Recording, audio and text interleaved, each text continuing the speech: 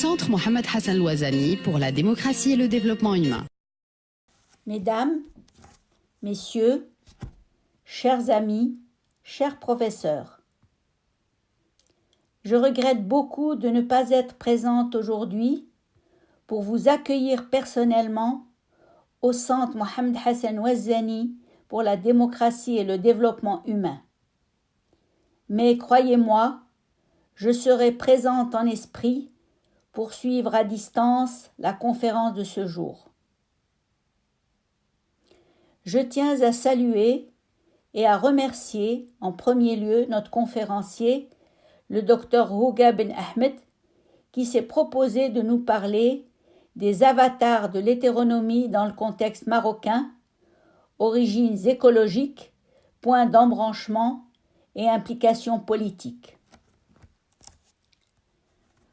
Son parcours académique et ses intérêts de chercheur seront présentés par le professeur Mohamed Mouqit, membre de notre conseil exécutif, qui nous a fait l'honneur de plusieurs interventions dans nos conférences et colloques. Je lui exprime mes très vifs remerciements pour son amical soutien et de s'être rendu disponible pour présider et modérer la séance d'aujourd'hui. Le titre indiqué peut paraître énigmatique à bien des auditeurs. M. Houga Ben Ahmed saura sans doute nous éclairer.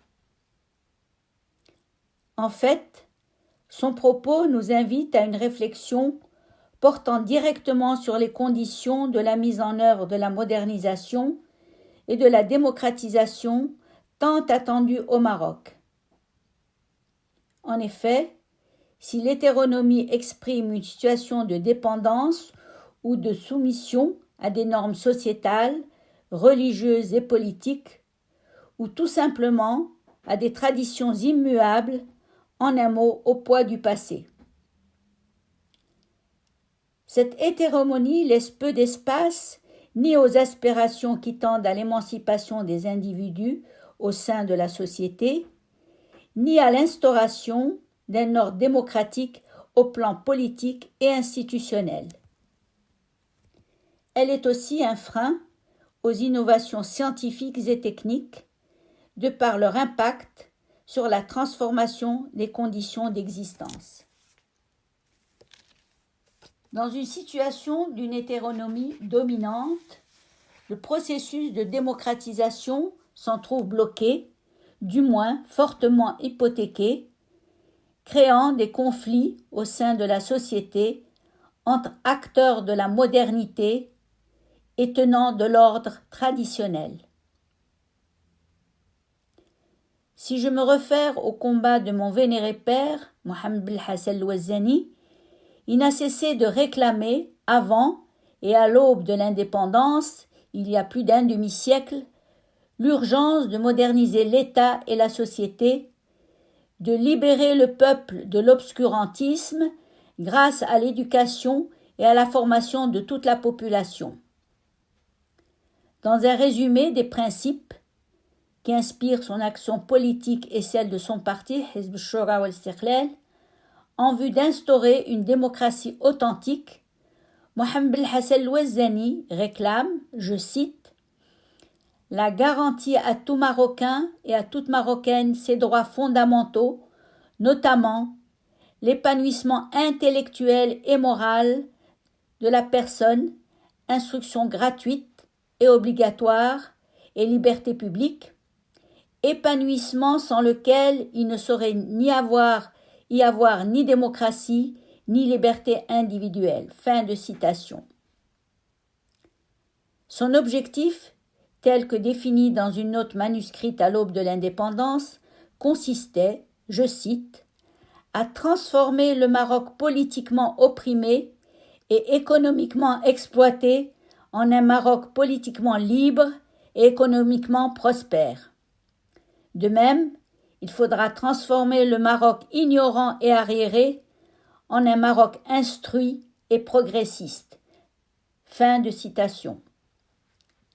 À l'énoncé du propos de notre conférencier, en écho aux aspirations formulées, il y a plus d'un demi-siècle par Mohammed Belhassan al-Ouazzani, le chemin vers l'autonomie individuelle, génératrice de liberté et de créativité, a été long. Mais il revient à notre expert de nous dresser un bilan de sa progression. C'est dire l'intérêt que nous avons à prendre connaissance de son analyse. Vous savez que notre centre, Mohammed Hassan Ouazzani pour la démocratie et le développement humain, aborde les thèmes qui sont au cœur des préoccupations des femmes et des hommes d'aujourd'hui. Je tiens donc à exprimer mes profonds remerciements aux deux éminents intervenants pour leur contribution à enrichir nos réflexions.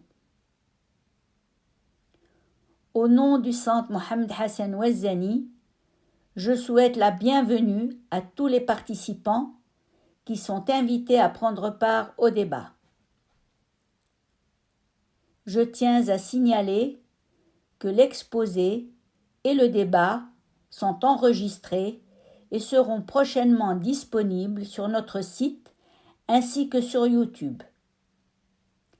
C'est la raison pour laquelle il est important que les intervenants annoncent leur identité, nom et titre ou fonction pour que les auditeurs puissent mieux saisir les interventions. Notre centre vous propose ces publications que vous pouvez vous procurer ici même. Notre centre est une association dont vous pouvez devenir membre. Une modeste cotisation donne ainsi droit à acquérir gratuitement nos publications annuelles et à prendre part à nos activités. Notre collaboratrice scientifique, Mlle Jihan Oushrif, se fera un plaisir de vous procurer une carte de membre. Je tiens à la remercier pour sa collaboration et l'organisation de cette conférence.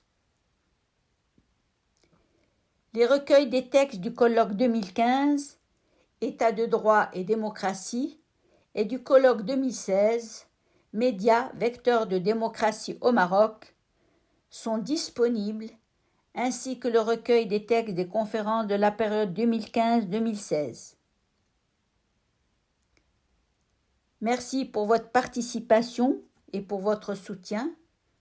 Je vous souhaite une séance riche en informations et en échanges amicaux. Merci de votre attention.